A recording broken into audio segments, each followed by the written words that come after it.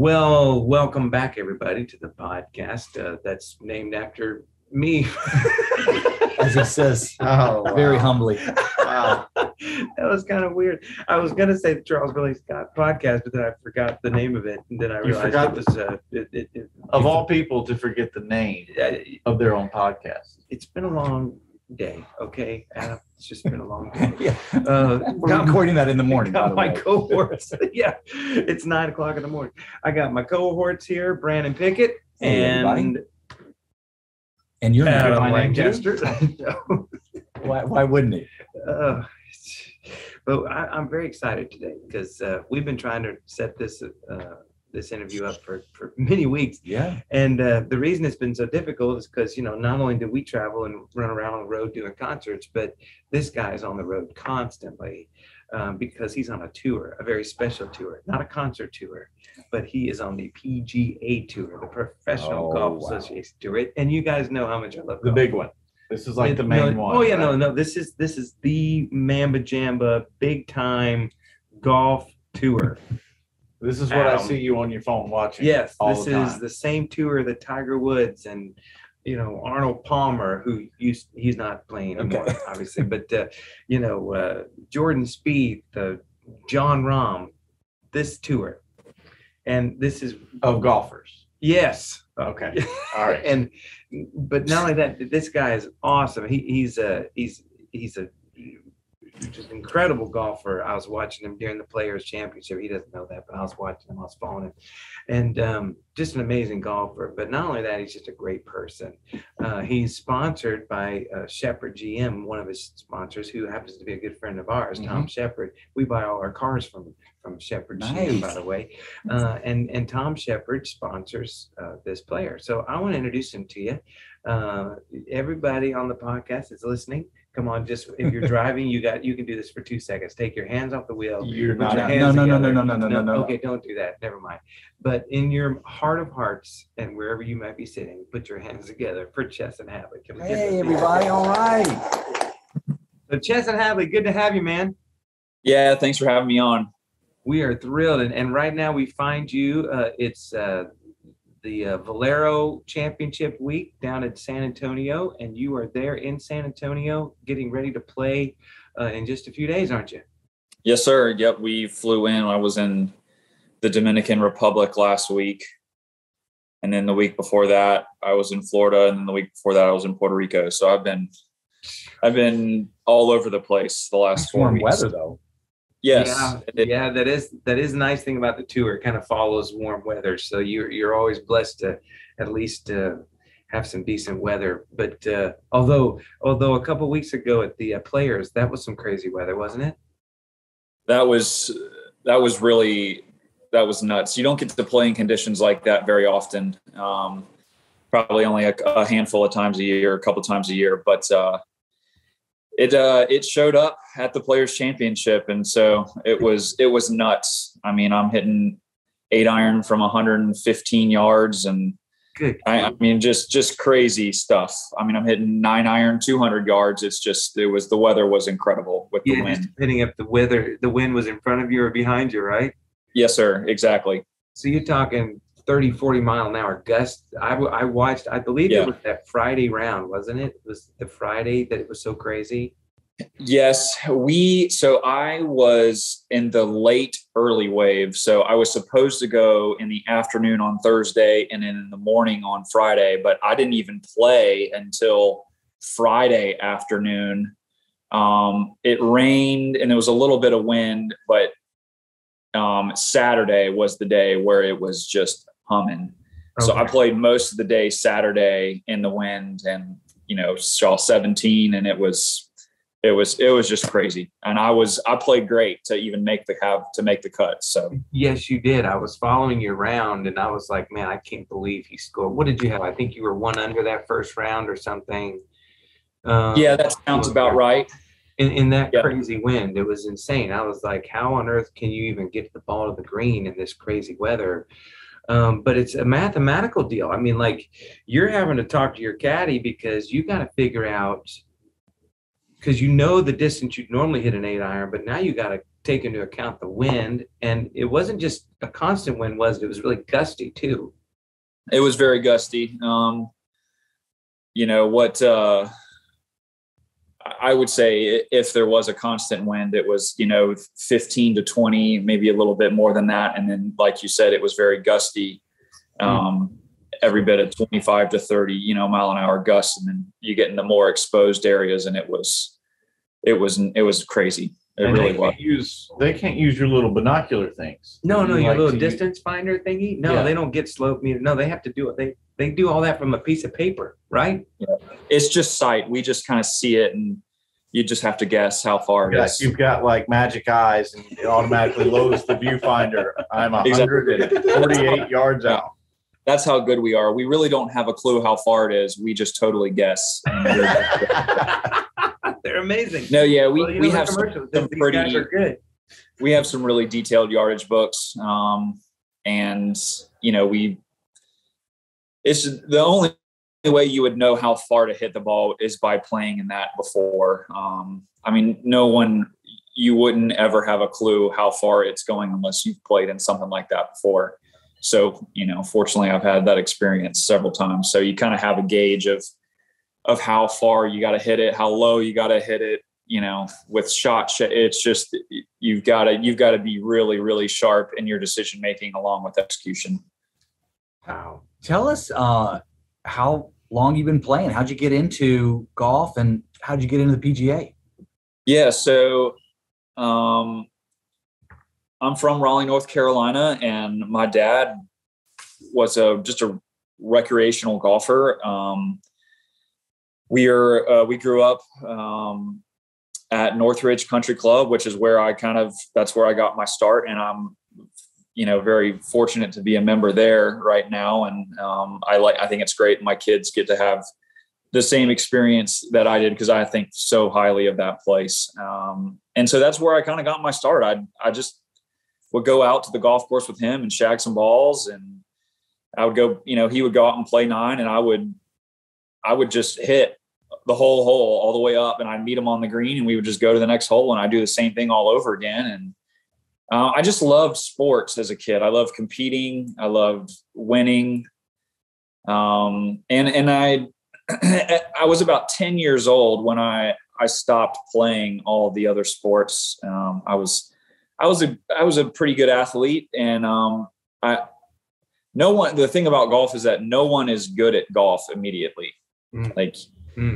Anybody can pick up a basketball, right? Like anybody can pick up a basketball and make a basketball, shoot a 3 or shoot a free throw or make a layup, right? Like obviously, it takes a lot of time to develop skills, but golf, like nobody just makes a par immediately, right? Like from the back tee, you can't just make a par. And so like, I think I gravitated towards golf because of the challenge. And I was 10 years old when I stopped playing all the other sports, and I just focused on golf. And the goal was to get to where I am now. And where you are now is so difficult to accomplish. I mean, there's so many millions of golfers, but to actually finally make it to the PGA Tour, that's quite a process, isn't it? Yes, it can take years and years and years, and a decade if you stay after it, or if you play well enough, you can be there as early as you want to be, because that's what's so great about the game of golf, is that there's no draft, there's no politics. If you play well enough, you're there, period. That's true. No questions asked. And it's you against yourself for the most part, isn't it? Correct. And so I got a scholarship to Georgia Tech. So I went to Georgia Tech, played golf at Georgia Tech. I graduated in 2010. And I never had a plan B of like, if this doesn't work out, I'm going to do that. Like it was, I'm playing golf, period. And you have to kind of approach it that way, or sure, you have to approach anything that way in order to be successful. But it took me a couple years to get through Q school. And in the fall of 2012, I made it through Q school What is Q School? Just so some of our listeners know. Sure. So it's Q School it's a qualifying golf tournament. There are stages. So there's a first stage. If you make it through first stage, you go to second stage. If you make it through second stage, you go to third stage, which is the final stage. There's only one site. Everybody shows up and you compete for. At that point in time, it's changed since then. At that point in time, you competed for a certain amount of PGA Tour cards. I did not get my PGA Tour card, but I did get my Korn Ferry Tour card, which is AAA ball basically for the PGA Tour. And then I played well. They call it Korn Ferry? Yeah, the Korn Ferry. Yeah, I believe it's an investment firm somewhere in the Midwest. Don't hold me to that, but they're the title sponsor of the tour. Yeah. It was just renamed that a couple of years ago. Before. Yeah, it was web.com when I was there. And before then it was the Nationwide Tour. So it's been renamed probably almost 10 times now. But so I played well enough on the Korn Ferry Tour to earn my PGA Tour card for the next season. And I've been out here for a while. That's awesome. And so, and people don't realize, as a pro golfer, you don't just stay out there. You have to continually score and I guess it's make enough money on the money list and all those kind of things. There's stipulations to remaining on the tour, isn't it? Yes, absolutely. It's there's no contracts. There's no guarantees. If you play, like I won my rookie year on tour, so there are exemptions that come with good play. Mm-hmm. Which tournament did you win your rookie year? I'm sorry? Which tournament did you win in your rookie year? I won in Puerto Rico in 2014. Okay. And with that, I earned a 2-year exemption, and you get exempt into some golf tournaments and stuff. So you can, if you play well, you can earn, a free year, that type of stuff. But I haven't won since then. So every single year I have to play well enough to finish in the top 125 on the FedEx Cup list.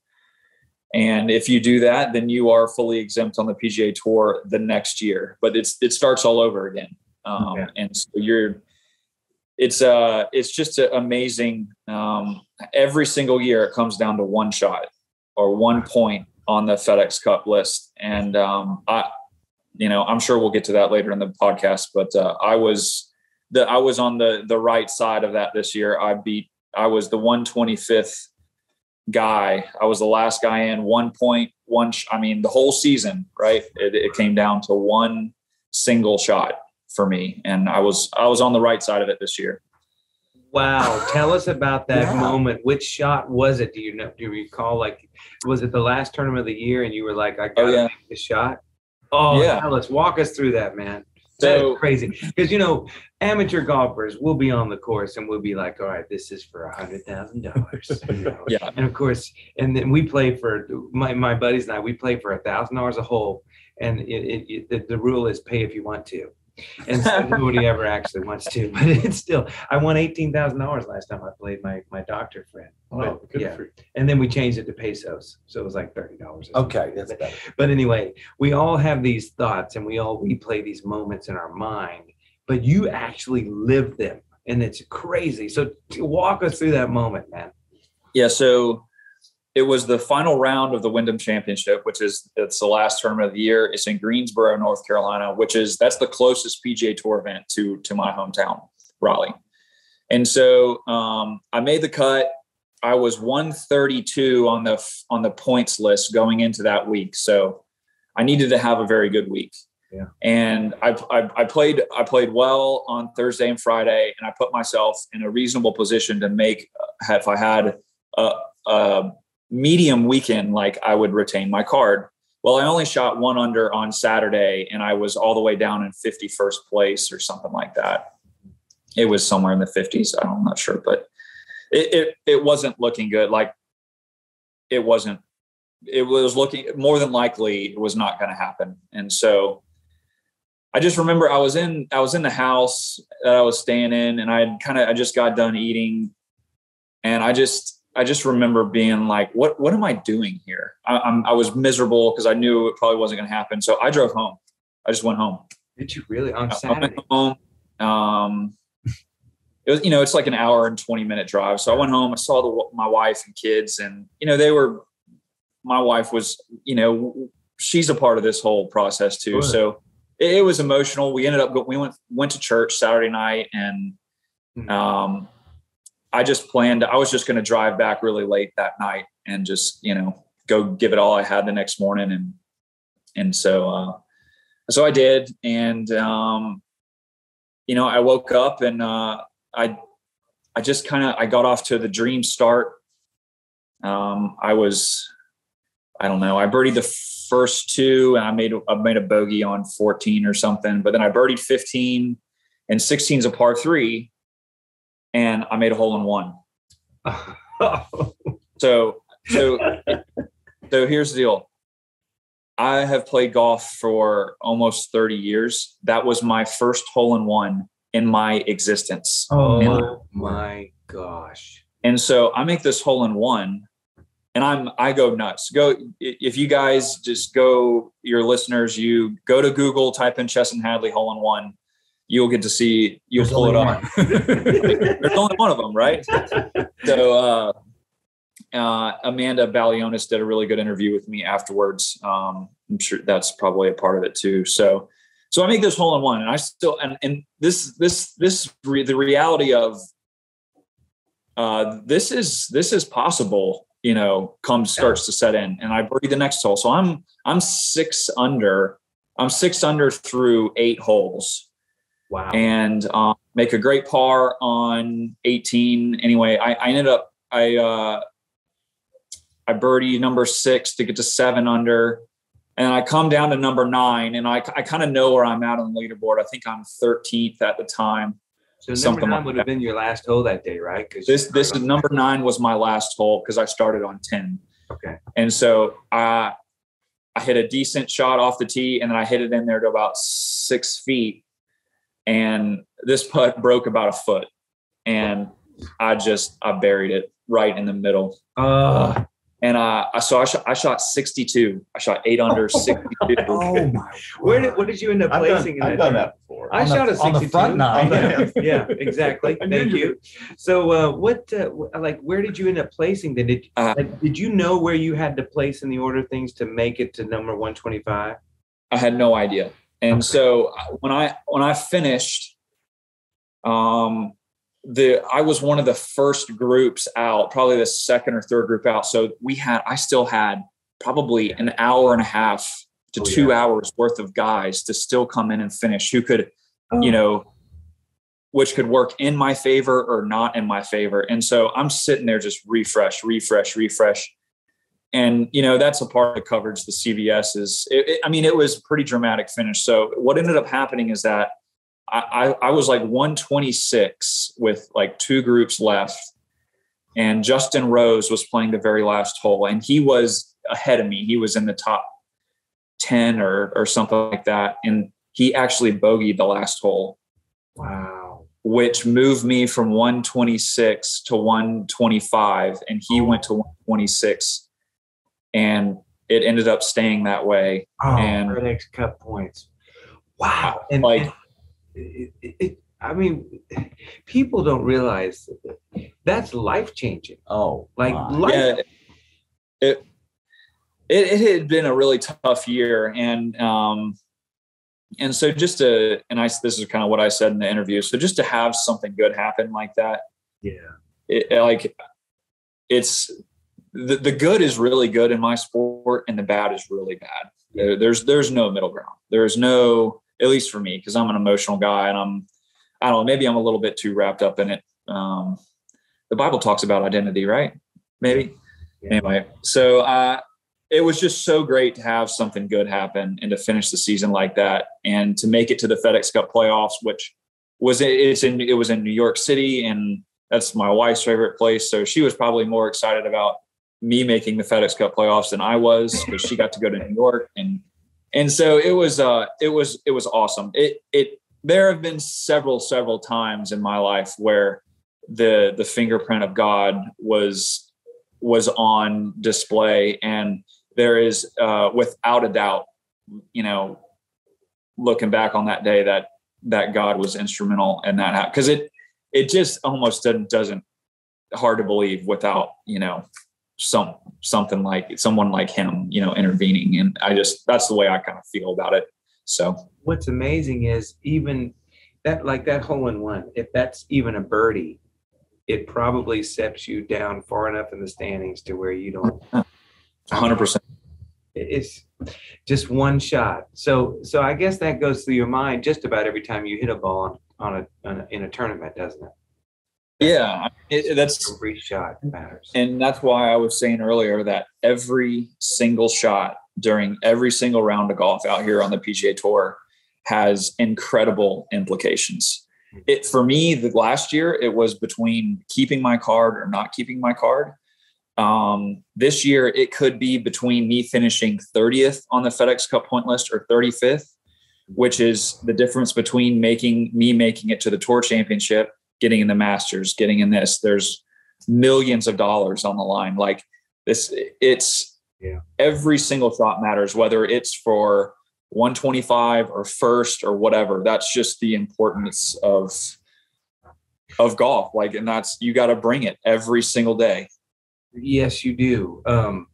Let me ask you this: when it comes to the majors, like the Masters, the British Open, which, by the way, I'm getting to go to the British Open this year. Good for you. Yeah, well, I've had tickets for the last 2 years, but this little thing called COVID-19 kept things from happening. It was my 50th birthday present that I never received. And you're 53 now. Oh no, 52, Adam. Can we cut No, his mic off? No, I love that. So, Chesson, the question I have is about the majors. Like, people don't. If you're in the top 125, that doesn't mean you get an automatic bid to the majors, right? Correct. Masters? Correct. So the Masters is a tournament where you have to win a tournament to get in or be top 50 in the world. And unfortunately, that's one of the few tournaments I haven't played in. I've played in just about every tournament except for that one. My win did not get me in, sadly, but yeah, so you have to win a golf tournament or be top 50 in the world. There's like 5 different. There's ways to qualify, but it's incredibly difficult to qualify for. So, how many players actually play in the Masters then? Some years it's like 75. Some years it's 90. It just depends. Varies. Okay. Wow. So, how long? Because I think the average golf watcher or keeps up with it loosely. I would most likely put myself in that category. I enjoy it. They pick it up at the Masters, and then the golf season in their mind ends after the British Open or something. What's the one after the British Open? Is the U.S. Open after the British Open? No, it's the British Open is the last major championship of the year. But how long is it? Granted, you're preparing all the time, but how long is the tour each year? The season? Yeah. So it never really stops. No, it doesn't. So the official start of the season is basically timed up with college football. So like September, the first week in September or the second week of September is when our new season starts. So the 2022-2023 season will start in September, and we will run all the way through basically August. Yeah. And people, because the playoffs are in August. And so people think that the golf tour starts like in January and stuff, but it actually starts in the fall. We do have a break. The RSM is in St. Simon's. That is our last tournament of the calendar year, which is the week before Thanksgiving. So we have Thanksgiving and December off, but it's still considered in the middle of the season. And there are other events going on during that time. Like you can go play overseas. You can go, there's like the QBE shootout, which is the team event. But January 1, the guys are in Hawaii, and it starts, the calendar year starts all over. So you basically, you could play 47 weeks a year if you wanted. But the nice thing is that you don't have to play every week. You pick the tournament you want to play for the most part, correct? Correct. But at the same time, and typically most pro golfers, you'll play about 24 to 27 events? I'm about to sneeze, sorry. Bless you. Excuse me, I'm sorry. I've always averaged around 30. Yeah. So I'm kind of in that area. And but like you said, you can play as little or as much as you'd like. How have you been able to balance that with having kids and been married? And you've been married pretty much your whole golf career, or? Yes. Yeah. I got married July 17th, 2010. So this will be 12 years this July. My wife is one of the good ones. She loves to travel. And so that works out great with what I do. So she worked for a little bit. But basically once I got status on the Corn Ferry Tour back in 2013, we decided to start a family. So she was pregnant that year, and my oldest was born in October of, he'll be 9. I guess he'll be the 13th. Yeah, October in 2013. So so we just traveled together, That's awesome. Wow. Until most tournaments you go to, you'll like rent a house or whatever, and then she's with you. Do the kids go with you as well? Yes. Obviously my kids are 8, 6, and 1 now. 8 and 6-year-old are in school, so they're not traveling full time like they used to. But the tour does an amazing job of making it. They have childcare available, so it is incredibly. They make it as easy as possible to have families out here. That's great. And so that's what we did. We just packed up and traveled together, and my kids have flown on a lot of airplanes and spent a night in a lot of hotel rooms. So it's, it's just part of the life, and it's not glamorous all the time. There are certainly people think right. And it's people not, realize you don't get your travel paid. You don't get your meals paid for. You have to do all this yourself. So if you miss a cut, they don't make any money that weekend, right? Including your if you miss a cut, it's basically, it might be rounding up a shade, but it's basically a negative $5,000. Yeah, because it was a nice, because you have to pay for your caddy, and it's just it is incredibly expensive what we do. Yeah.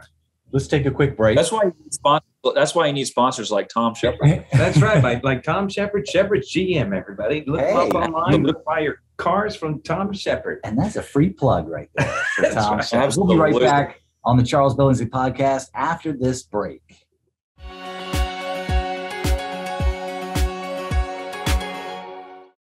Welcome back to the Charles Billingsley podcast. As always, thank you so much for the investment of your time each and every week. Fantastic guests. And this week, again, I can't believe we do this every week. We get to speak to some of the most fascinating people, man, Charles and Adam. Look, I don't know any. This is the first pro golfer I think I've ever actually talked to at length, Well, it's amazing. You're so excited about this. I am, because I love golf. I stink at it, but I love it. He's been smiling ever since we started. Chesson, I might be the best 12 handicapper you've ever seen. I'm pretty. Earlier you were talking about you got that one shot, if I make this, I stay in the top 125. Yeah. For me, it's like, if I make this, I may break 100 boys. Woo! That's a big thing for us, Adam. I'm with you, man. I'm not in that level yet of breaking 100 consistently. Yeah. Listen, and a couple weeks ago, I took my son to Pebble Beach for his graduation gift for college. and we played 4 days in a row. And by the end of the fourth day, I was like, because we walked every day, I was worn slap out. And I thought, man, these guys do this week in and week out, 30, 40 weekends a year. Chesson, it's not just a mental grind, it's a physical grind.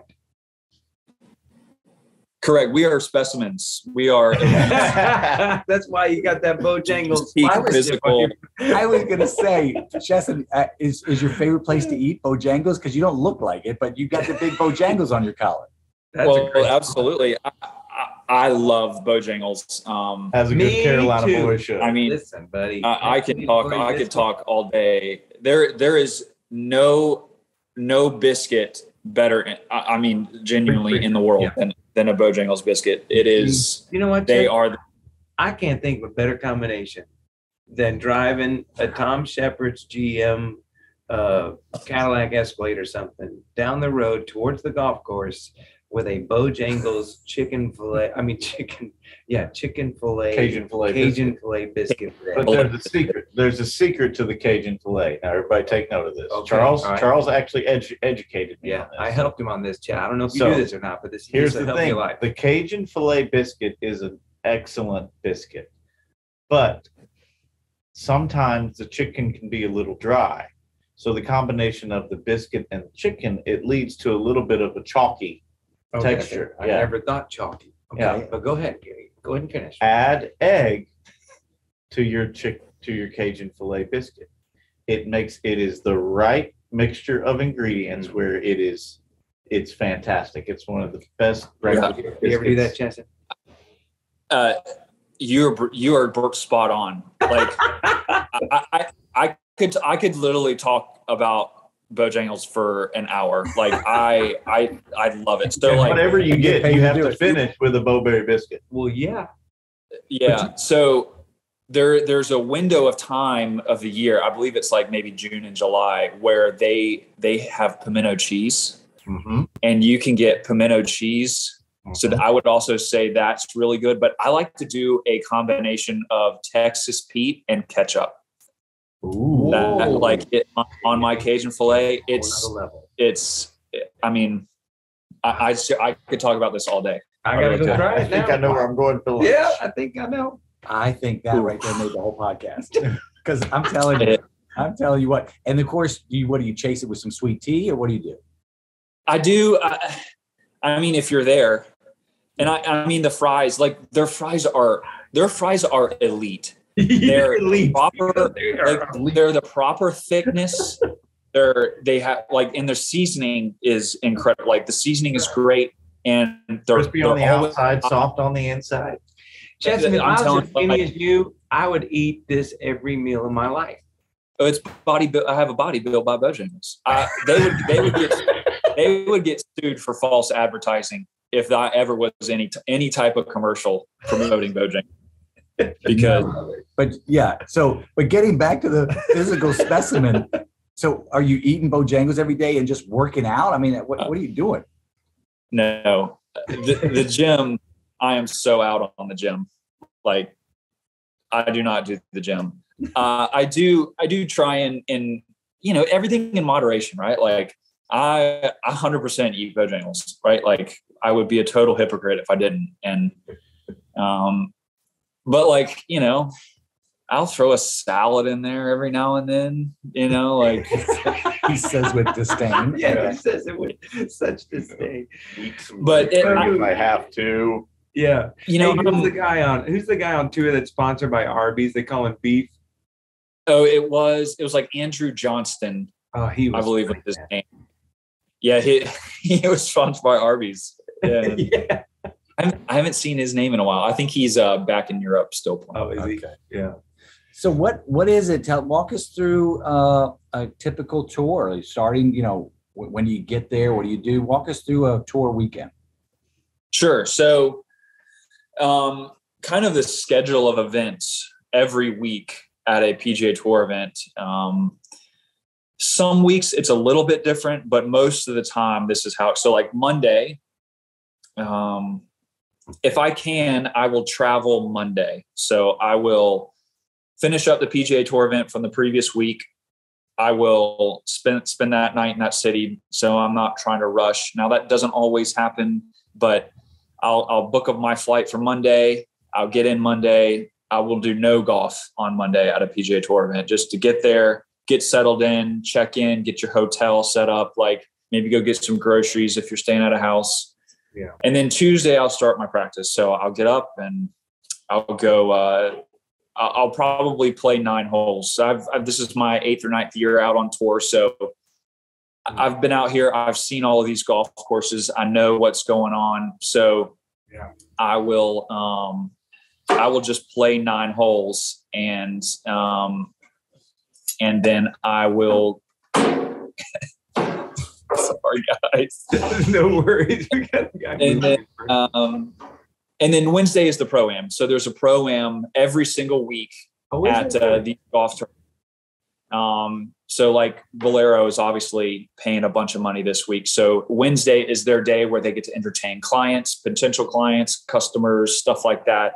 And I get to, I will play with them. So I'll play 9 holes with them. And that's why I'll play 9 holes on Tuesday. I'll play whatever 9 holes I'm not playing on Wednesday so that I'll see the full course. And then Thursday is the first round. And so Thursday, Friday, Saturday, Sunday are the golf tournament. And there's a cut. So on Friday, after everybody finishes, they cut to the low 65 and ties. And then those players play the weekend. Mm-hmm. And you go duke it out for the trophy and prize money and FedEx Cup points. Nice. Wow.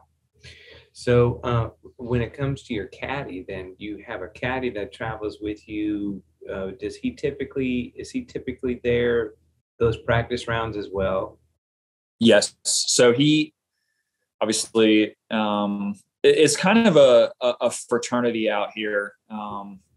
Everybody knows everybody. Everybody knows everybody's caddies, and so there's quite a bit of turnover out here in regards to caddies and players. And so,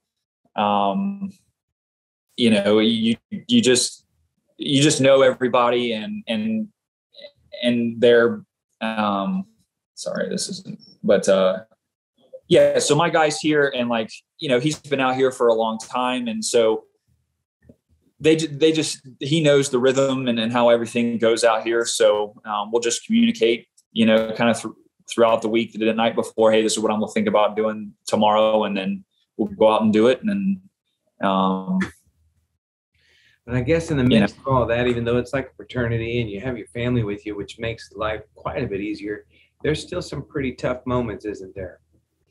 Yeah, absolutely.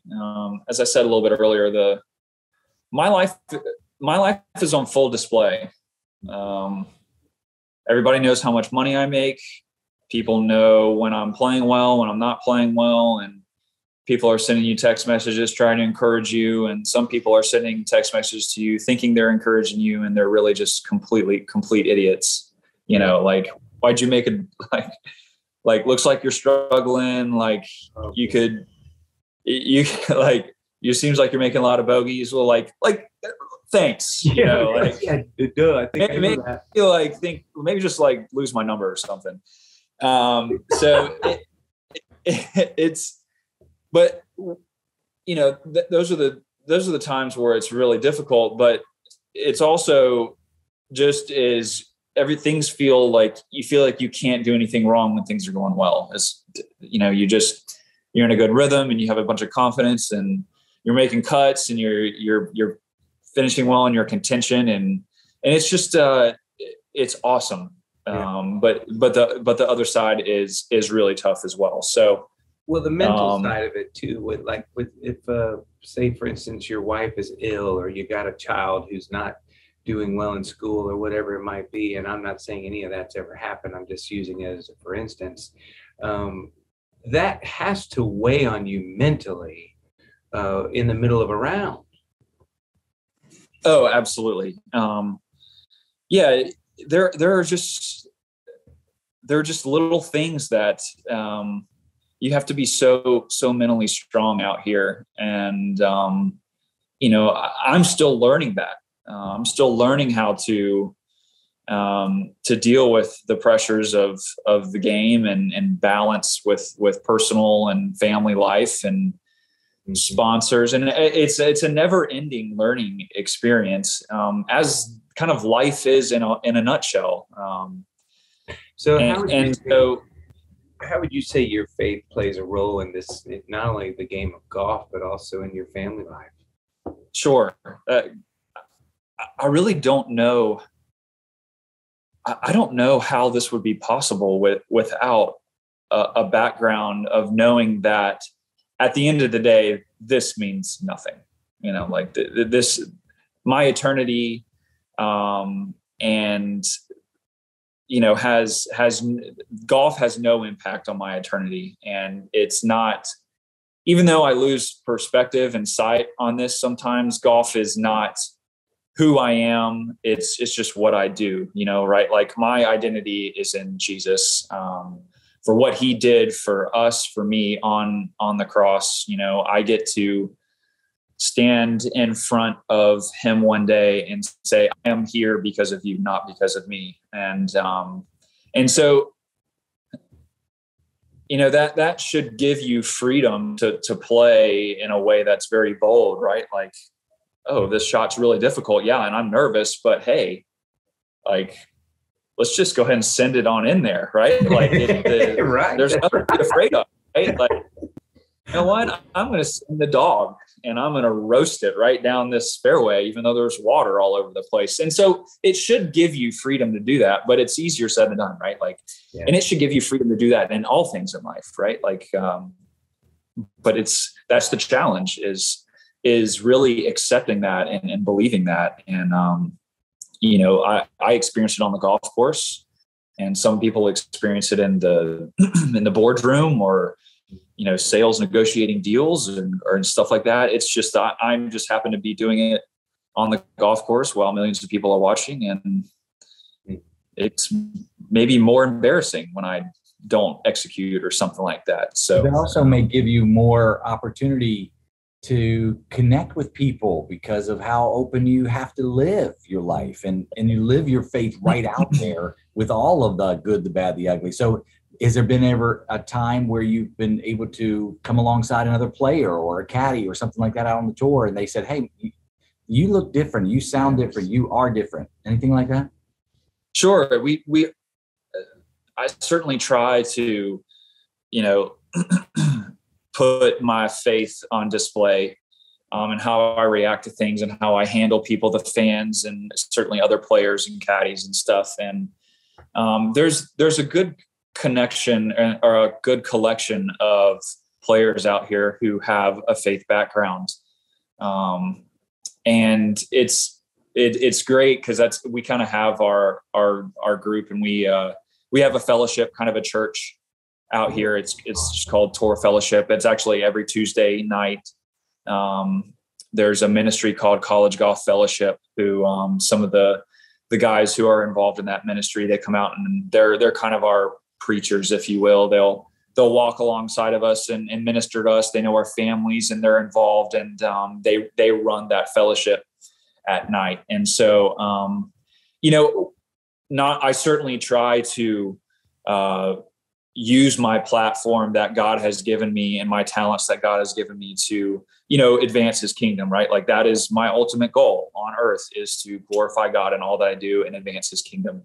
And so I try to do that with my play and how I act, but also, by making disciples of all nations. So I'm inviting people to be a part of our fellowship and just, that's awesome. Just doing my best to try and help advance the kingdom. And I do get a lot of, some fan stuff, interaction with people just who are encouraged by how I handle things. And, you don't really think about that in the moment of, for example, I had a really great opportunity to win a golf tournament last year, and I didn't, and it wasn't great. And, but I guess the way I handled it was really encouraging to some people. And I got a lot of kind, emails and text messages and some some other interactions as well. So you just never know how you can impact somebody, because somebody is always watching and somebody is always reading you, and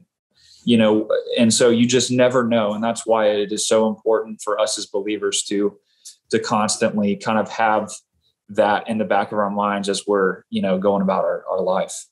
Yeah. And the fact that you're handling that adversity when it comes in such a classy and godly way, it speaks volumes. In fact, it speaks really more to people than when you're standing there with a trophy in your hand a lot of times. So we want you to know that we appreciate you. And folks, if you're a golf fan like I am, you can rest assured Chesson Hadley is one of the good guys, and you need to cheer for him. So we're really honored to have you on the show. We really are. And you know what? We do this with everybody. We like to ask them at the end of every podcast, if there was one thing in your life, whether it be golf related or other careers or whatever, maybe you want to write a novel, maybe you just simply want to retire and be a grandfather, whatever it might be. But typically people who are driven like you are, because you can't make it to the PGA Tour without being disciplined and driven. Typically they have something in the back of their mind that they want left to do. And maybe it's golf related, maybe it's win the Masters, maybe whatever it is. But if there's something left in your life that you feel like, you know what, before I die, I want to accomplish this. Is there something in the back of your mind and heart that is left there that you want to accomplish before this life is over on this earth? What would it be? I've done a lot of really cool things in the golfing world. So it probably would be something, I haven't played the Masters yet. I want to do that, but I'm a foodie. I love food. I would love to open a restaurant with my wife, but I want a dog. Like, I know that sounds so lame. That's awesome. But I want a dog. Oh, a dog? With my lifestyle, I'm on the road 40 weeks a year. I cannot have a dog. I want to be at home at some point, and I want a dog, and I want to get in my truck with my dog. And that is so lame. And I'm sure, like you're looking at your faces, you're like, this guy's no. I think it's like, incredible. There's something deeper to that. There's a part of you. What it's really saying is you want just to be at home and just have some time just to be at home, relaxing with in your GMC normal Tom Shepard, eating your Bojangles, eating a normal life. Listen, and the reason I can totally identify with that, Chesson, is because I've spent so many years of my life on the road as well. When I'm on the road, what I really want is just that stability of being where you call home. And something about a dog, like a golden retriever who's sitting in the seat of that. I mean, I totally get it, bro. Totally. So I know that's probably a lame answer, and your listeners are like, "Wow, this guy's lost." No. I think I want a dog. I want two dogs. Yeah, why not? Why not? Do you have a certain type in mind? I grew up with dogs, so I